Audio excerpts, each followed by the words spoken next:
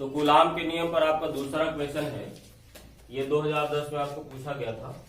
कुछ दूरी पर स्थित +2 माइक्रो कूलाम तथा -2 माइक्रो कूलाम आवेश के बीच 10 न्यूटन आकर्षण बल कार्य करता है। 1 + 1 - है तो आकर्षण बल ही कार्य करेगा। यदि आवेशों को परस्पर स्पर्श कराने के पश्चात उतनी ही दूरी पर रख दिया जाए, यानी दोनों को टच कराया जाता है फिर उतनी दूरी पर रख दिया जाता है, तो कह रहे इस स्थिति में दोनों के बीच कितना बल होगा। देखिए इसका कॉन्सेप्ट आप समझ लीजिए, उसके बाद फिर हम इसको सॉल्व करते हैं। देखिए इसका कॉन्सेप्ट क्या है। अभी दोनों को स्पर्श नहीं कराया गया। स्पर्श कराने के पूर्व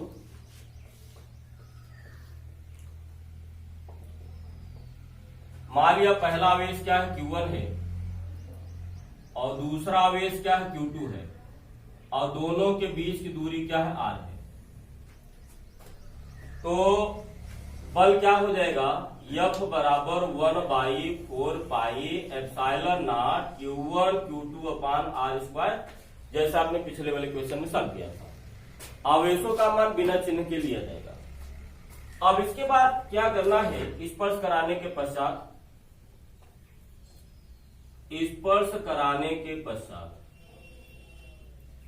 देखिए ये कॉन्सेप्ट कब वैलिड है, जब दोनों आवेश बिंदुवत हो अथवा गोलाकार हो और चालक हो। यहां पर कुछ नहीं दिया है, इसका मतलब आवेश बिंदुवत है। तो अगर दो आवेशों का अगर टच कराया जाता है तो आवेशों का पुनर्वितरण होता है।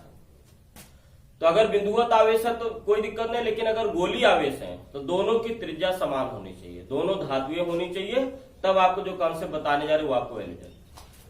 तो मान लिया आपके पास, अब ये देखिए दो आवेश Q1 और Q2, अगर इन दोनों को टच कराया जाएगा तो आवेशों का पुनर्वितरण होगा, टोटल चार्ज नहीं चेंज होगा, लेकिन अलग अलग चार्ज चेंज हो जाएंगे। और चेंज होने के पश्चात आपको मिलेगा क्या, मान लिया आपको नया चार्ज, जब दोनों को टच कराया जाता है तो नया चार्ज मान लिया आपको क्या हो जाता है, Q1 और ये नया चार्ज क्या हो जाता है, यानी Q1 के जगह Q1 हो गया, Q2 के जगह Q2 हो गया। इन्होंने कहा है क्वेश्चन में दोनों के बीच की दूरी उतनी ही रखी जाती है जितना स्पर्श कराने के पूर्व डिस्टेंस था, उतने स्पर्श कराने के पश्चात डिस्टेंस है। अब इसमें आपको Q1 और Q2 दोनों ही बराबर होंगे, और ये मान कितना होगा, Q1 + Q2/2। जब हम लोग संधारित्र पढ़ेंगे आपको इसको प्रूव करके दिखा भी देंगे। तो अगर दो आवेश Q1 और Q2 एक दूसरे से 7 दूरी पर है तो उनके बीच में आपको ये बल लगेगा। क्योंकि यहाँ पे माध्यम का जिक्र नहीं है तो हम y या निर्वात मानेंगे, उसके लिए ये फार्मूला अप्लाई करेंगे। लेकिन जब दोनों आवेशों को टच कराया जाता है तो मान लिया नया आवेश Q1 के जगह Q1 हो जाता, Q2 के जगह Q2 हो जाता। अब ये Q1 Q2 होंगे क्या, जितना Q1 होगा उतना ही Q2 भी होगा, और ये दोनों आवेश किसके बराबर होंगे, दोनों आवेशों के जोड़ के आधे के बराबर होंगे, यानी Q1 + Q2/2। अब ये देखिए ये आवेश क्या अदिश राशि है, इसलिए ये आवेशों का मान चिन्ह सहित लिया जाएगा। अब ये कॉन्सेप्ट हम यहां पे अप्लाई करते हैं। तो चले आते हैं, पहली स्थिति क्या, स्पर्श कराने के पूर्व,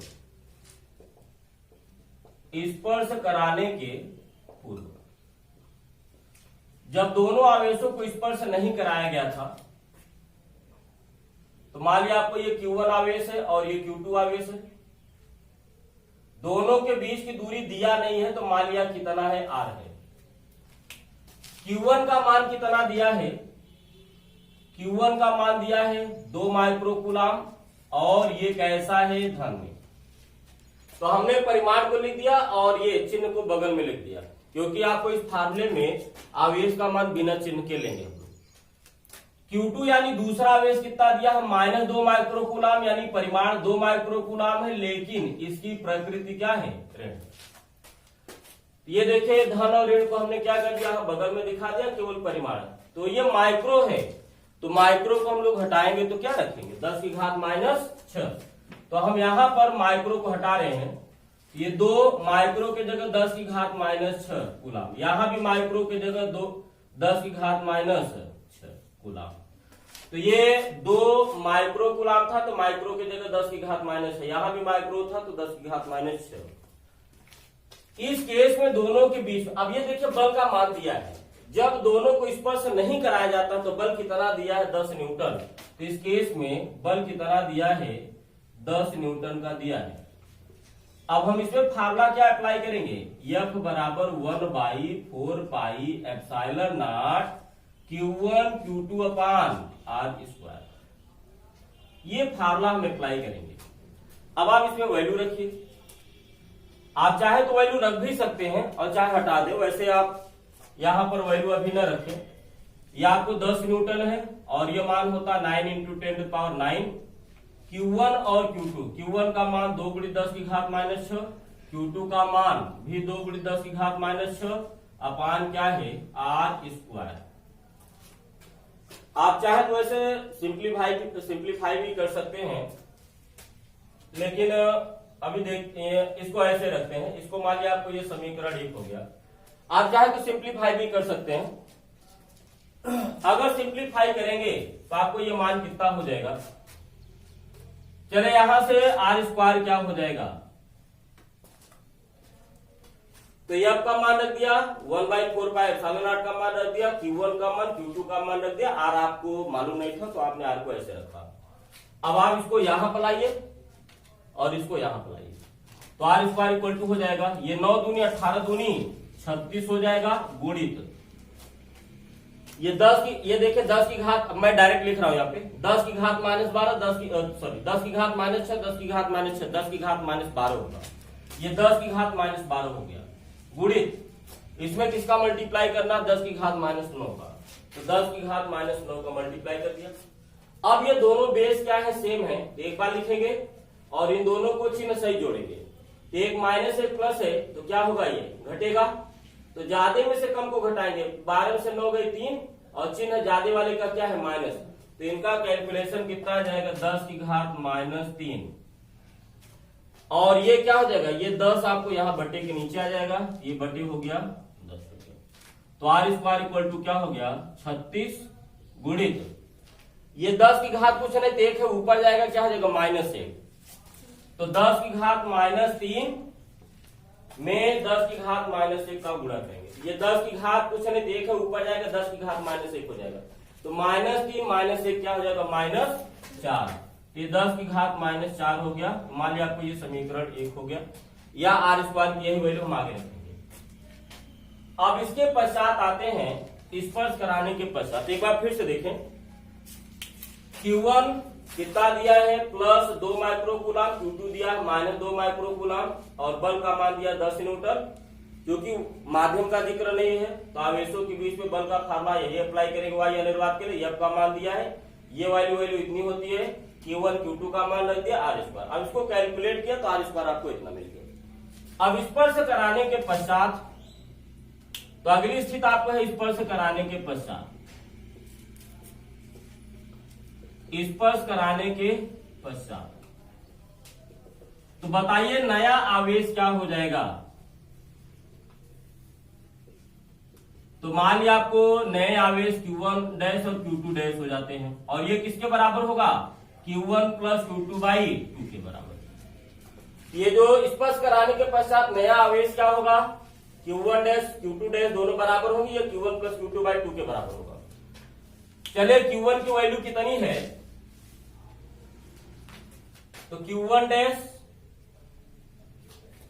अब आपको ये नया आपको आवेश हो गया, तो आपको ये Q1 हो गया और ये Q2 हो गया, और दोनों के बीच की दूरी उतनी ही रखी जा रही है, तो दोनों के बीच की दूरी कितनी हो जाएगी, R।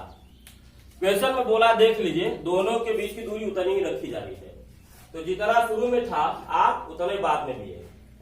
तो चलिए यहां से Q1 और Q2 कितना आएगा, ये आएगा Q1 + Q2/2। हमने आपको क्या बोला, ये Q1 और Q2 क्या है, ये आवेश है, अदिश राशि है, तो बिना चिन्ह के मान नहीं लेंगे, चिन्ह सहित लेंगे। तो अदिश राशि में आवेशों का मान चिन्ह सहित लेंगे और सदिश में बिना चिन्ह के लेंगे, तो यहाँ आवेशों का मान चिन्ह सहित लेंगे, यानी आपको ये प्लस और माइनस दोनों साथ में लेंगे। तो बताइए आपको Q1 कितना है +2 और Q2 कितना है -2, अपान कितना हो गया 2। ये दोनों मान हमने माइक्रो में लिया, 2 माइनस 2 कितना हो जाएगा 0, 0 में 2 का भाग देंगे कितना हो जाएगा, यानी दोनों एक दूसरे को क्या करेंगे, निरस्त कर देंगे। तो नेट चार्ज बताइए कितना हो गया, 0 हो गया।